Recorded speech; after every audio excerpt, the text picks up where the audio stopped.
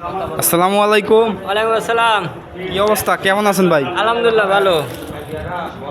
যে পরিস্থিতি আমরা দেখতে পাচ্ছি, কৃষকের পরিস্থিতি তো খুব ভয়াবহ পরিস্থিতি, খুবই উত্তেজিত। তো খুব একবারে তো ভয়াবহ হয়ে গেছে, তারপরে এর সাথে লেগে ব্যাপারে আরও বেশি গজবে।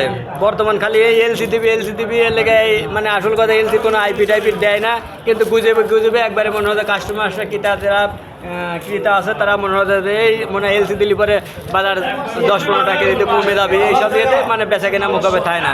কিন্তু ব্যাপারীরা লেগে মোট ধরা খাতে খাতে ব্যাপারী ঘরে একটা আয় তো মনে হয় শেষ হয়ে গেল এবার।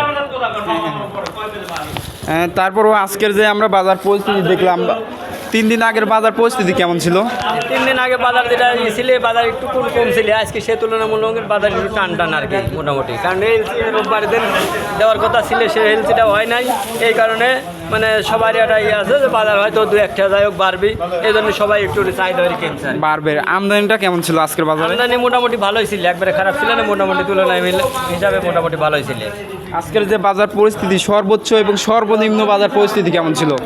সর্বোচ্চ বাজারের লেগে মানে দেশি অরিজিনাল দেশি 1 নম্বর দেশি রেজা 27 থেকে 2800 টাকা ছিল, আর সর্বনিম্ন লেগে 2400-2500 টাকা সর্বনিম্ন। হ্যাঁ, এই যে মাশাআল্লাহ আপনাদের যে পেঁয়াজ দেখতে পাচ্ছি, এই পেঁয়াজগুলো পাঠানো হচ্ছে কোন জায়গা?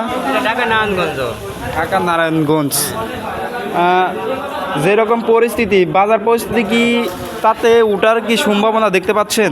কারণ সবারই আসলে আশা থাকে যে 2-1 যাই হোক বাড়বে। আসলে যে বাজার যে তুলনা হিসাবে বোঝা যাচ্ছে, তাতে 2-1 টাকা আর কি সামনে হয়তো বাড়ার সম্ভাবনা বেশি আছে আর কি।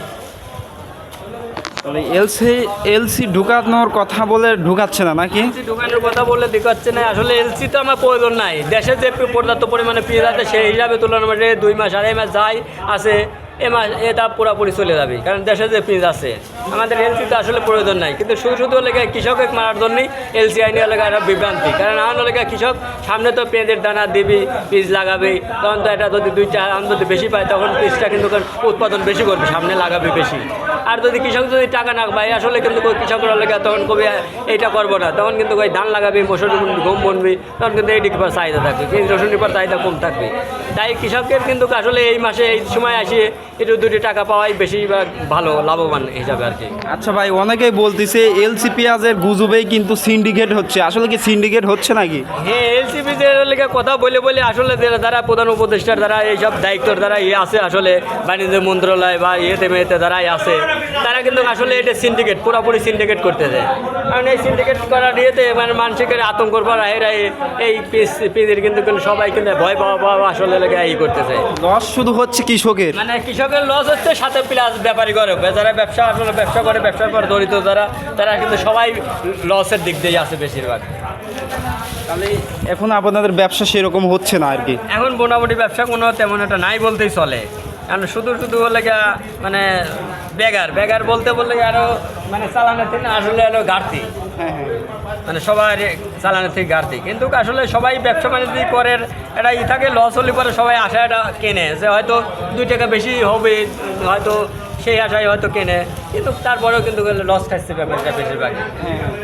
এটা হচ্ছে পাবনার ঐতিহ্যবাহী আতাইকুলা পেঁয়াজের পাইকারি হাট। আমদানি হয় প্রচুর পরিমাণে, না? পর্যাপ্ত পরিমাণে রসুন পেঁয়াজ দুটাই আমদানি পর্যাপ্ত পরিমাণে, এবং বেসন পেঁয়াজ আছে না, বেসন পেঁয়াজ এই সময় যারা কিনবে, এই সময় বেসন পেঁয়াজ কেনারও উত্তম। কারণ বেসন পেঁয়াজ যাই হোক, মোটা পেঁয়াজের বাজার আনু হয়তো 100 বাড়লে পরে বাড়বে, কিন্তু বেসন পেঁয়াজের বাজার 400-500 টাকা বাড়বে। 400-500 টাকা। আজকে টার্গেট কত ছিল ভাই? আজকে টার্গেট ছিল ওই তো মানে মোটা মানে যারা অরিজিনাল মাথার পিসটা কেনে, রাজশাহী ভান্ডার বা তাদের হচ্ছে 2700 থেকে 2800 টাকা বাজার গেল। আর এমনি দাদা যে গেল, তারাও লেগে দাদা যে 2500 থেকে 2600 টাকা দাদা যে এমনি পরেরটা গেল। আচ্ছা ঠিক আছে, ধন্যবাদ।